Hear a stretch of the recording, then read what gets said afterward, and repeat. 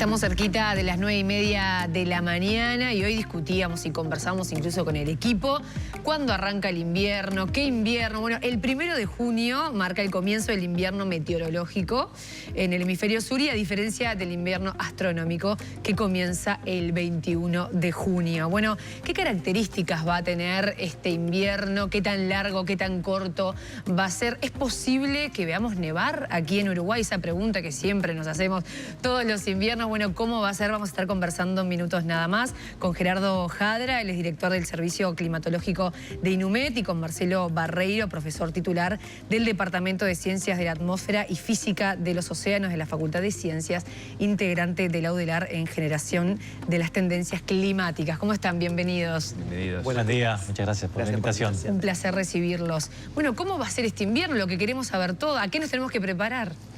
Bueno, el invierno, todos sabemos que es frío, ¿no? Vamos a empezar por ahí, sí, porque si no es como que decir, bueno, va a ser más... Nos quejamos de lo obvio. Exacto, exactamente. El invierno, ¿qué pasa? Para predecir qué va a pasar en invierno, no es lo mismo que predecir el tiempo de acá en los próximos 5 o 10 días. ¿Estamos de acuerdo? Cuando uno quiere hacer la predicción del tiempo de acá a 5 o 10 días, lo que se fija esencialmente es el comportamiento de la atmósfera. Únicamente. Si uno quiere hacer la predicción del trimestre de todo el invierno, uno ya ahí tiene que empezar a considerar otros componentes del clima, por ejemplo el océano. Los océanos son los que nos permiten dar cierta predictibilidad de lo que va a pasar los próximos 3 meses. ¿Está bien? Entonces, por ejemplo, todos hemos escuchado del fenómeno del Niño, que ocurre en el Océano Pacífico, ¿sí? Por ejemplo, es uno de los fenómenos que da mayor predictibilidad para las lluvias y las temperaturas de los próximos trimestres. ¿Qué pasa en este momento? En este momento, el Océano Pacífico está en estado neutro. No hay ni niño ni niña, está en estado normal, llamémosle. Y por lo tanto, ese fenómeno no nos da predictibilidad. Y no hay ningún fenómeno de gran escala climático que realmente dé una predictibilidad muy importante en esta época del año, y tampoco lo tenemos presente. Entonces, las habilidades de los modelos climáticos que se usan para predecir el invierno son pocas en este momento. De cualquier forma, lo que hemos podido encontrar es que las temperaturas para junio, julio, agosto, como decía el invierno meteorológico, estarían dentro de lo normal o algo por encima de lo esperable, ¿sí? Mientras que en todo el país, mientras que las lluvias, lo que los modelos predicen es que en el litoral oeste, ¿sí? En el litoral oeste, lo que vamos a tener es una probabilidad mayor a que haya lluvias dentro del normal o por encima. Pero en el resto del país no tenemos información para dar, justamente porque es una temporada muy difícil de predecir en este momento. ¿Y esto cómo sí lo pueden predecir, lo que va a pasar en el litoral? Bueno, esto es porque algunos de los fenómenos que aún están permiten que el modelo prediga con cierta confiabilidad que esa es la predicción que se puede dar, ¿sí? Entonces, cuando uno hace estas predicciones, uno lo que usa son modelos climáticos. ¿Qué son estos modelos climáticos? Uno lo primero que hace es escribir las leyes de la naturaleza con fórmulas matemáticas. Y luego esas fórmulas matemáticas, ya sea para la atmósfera o para el océano, las resuelve en una supercomputadora. Las resuelve numéricamente una supercomputadora. Y toma en cuenta todo el comportamiento, o sea, de la atmósfera, del océano, a nivel global. Entonces, la combinación de los océanos a nivel global permiten dar una cierta predictibilidad en las lluvias en el oeste del país. O sea, vamos a tener, por lo menos para esa zona, un poco más de lluvia de lo habitual y un poco más de temperatura de lo habitual. Hay un sesgo hacia unas probabilidades mayores que de lo normal. Es decir, ¿qué significa con sesgos? Lo que estamos diciendo es, bueno, en general, si no tenés información, decís, bueno, ¿cómo está el trimestre? Bueno, puede llover más, menos o lo usual. ¿Está bien? Eso, si no tenés ninguna información, decís eso. Acá, cuando tenemos cierta información en el litoral, podemos decir, bueno, hay mayor probabilidad de que las lluvias sean o normales o por encima de lo normal, o sea, lo esperable. Bien. Pensando en esto que decíamos, en la que se estuvo conversando en la semana, la posibilidad de que haya nieve en Uruguay. ¿Qué tan posible? Siempre todos los inviernos conversamos de lo mismo y uno se pregunta, bueno, ¿es real? Y si sucede, ¿en qué formato va a suceder? ¿Y dónde? Bueno, creo que eso es bastante complicado de predecir, que es bastante poco probable que suceda, me parece, que ocurran nevadas en el Uruguay. Pero han ocurrido, sí, hay registros históricos, sobre todo en la parte de La Valleja, si no me equivoco. Han ocurrido fenómenos de nieve, pero digamos que son eventos bastante raros de observar. Claro, es más agua-nieve en general. El más grapuel. Sí, exacto. Pero digamos, no es una nevada, digamos, como uno piensa de lo que ve en las películas, si quiere. ¿Poquitos de nieve, no? No, claro, o sea, es una mezcla entre agua y nieve, algunos núcleos congelados, ¿sí? Pero que no logran derretirse en el camino desde la nube muy alta hasta la superficie y bueno, te termina cayendo algún tipo de copito. Pero es una cosa muy débil. Bien. ¿Cuánto nos habla el invierno del verano que vamos a tener? Nada. Tuvimos un invierno de tales características, viste que a veces decimos, bueno, sí, posiblemente el verano, pero son cosas que repetimos los que no tenemos ni idea del tema. ¿Y qué asidero científico tiene? En principio no tiene ningún asidero científico, a menos que haya algún fenómeno que sepas que empieza en invierno y a un fenómeno climático como el Niño, por ejemplo, el fenómeno del Niño. Que se va a prolongar. Que sea prolongado y que vaya a generar cambios a nivel de todas las estaciones en las cuales él se desarrolla. Pero en principio lo que pasa en verano y lo que pasa en invierno o en verano son independientes, son cosas independientes. Quisiera entonces que, por ejemplo, lo que pasó en mayo, que aparentemente tuvimos un mayo más cálido de lo normal, no tiene por qué influir en lo que va a pasar en invierno. Exacto, y sobre todo algo que es importante destacar también es que cuando hacemos este pronóstico para el invierno es una escala trimestral, pero eso no quiere decir, no es un pronóstico de cómo va a ser el comportamiento al interior de ese trimestre. Por ejemplo, para poner como ejemplo, el invierno del año pasado, del 2024, por ejemplo, si bien en temperatura cerró normal, si uno analiza al interior del trimestre, tuvimos un junio que fue extremadamente cálido. Si uno mira la serie del 81 para adelante, quedó ubicado en el tercer lugar de los más cálidos. Y después tuvimos un julio que fue muy frío. Y luego, al hacer el promedio trimestral, el invierno quedó aproximadamente normal. Sin embargo, tuvimos muchísima variabilidad al interior del trimestre. Esto también podría pasar, digamos, en este invierno. Es decir, nuestro pronóstico no es un pronóstico a escala intraestacional, sino que es el comportamiento de todo el trimestre. Es un promedial. Quiere decir entonces que podría pasar que tengamos un invierno 2025 con un poquitito más de temperatura, pero con algún episodio puntual de un frío intenso, alguna ola de frío. Exacto. ¿Es eso? Sí. Bien. Se estudia, me imagino que sí, cómo ha sido la progresión en el tiempo y podemos ver el impacto del cambio climático en cómo se presenta el tiempo en Uruguay. Bueno, sí, sin duda hemos estudiado las tendencias en el clima asociadas al cambio climático. Recordemos, cuando hablamos de cambio climático, hablamos de cambio climático generado por la actividad humana. Está bien, porque cambios climáticos ha habido siempre. Por ejemplo, el clima de los dinosaurios era mucho más cálido que el clima que tenemos hoy.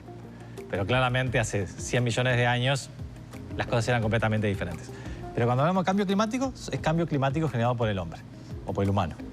Entonces, sí, ha habido cambios por ejemplo, las temperaturas a nivel de Uruguay en promedio. Ha habido un aumento de cerca de 1 grado a nivel de todo el país en los últimos 60 años, ¿sí? Con la región este se calentó más que la región oeste y eso vale para todas las estaciones del año.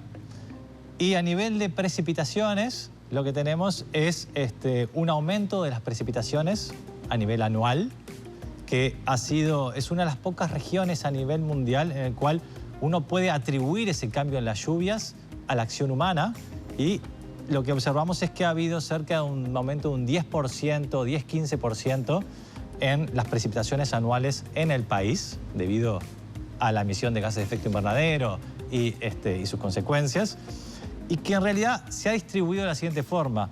Lo que ha ocurrido es que en la época cálida, ¿sí?, cuando ya es una época que en realidad en Uruguay llueve un poco más que en la época fría, ¿sí?, en la época cálida aumentó las lluvias.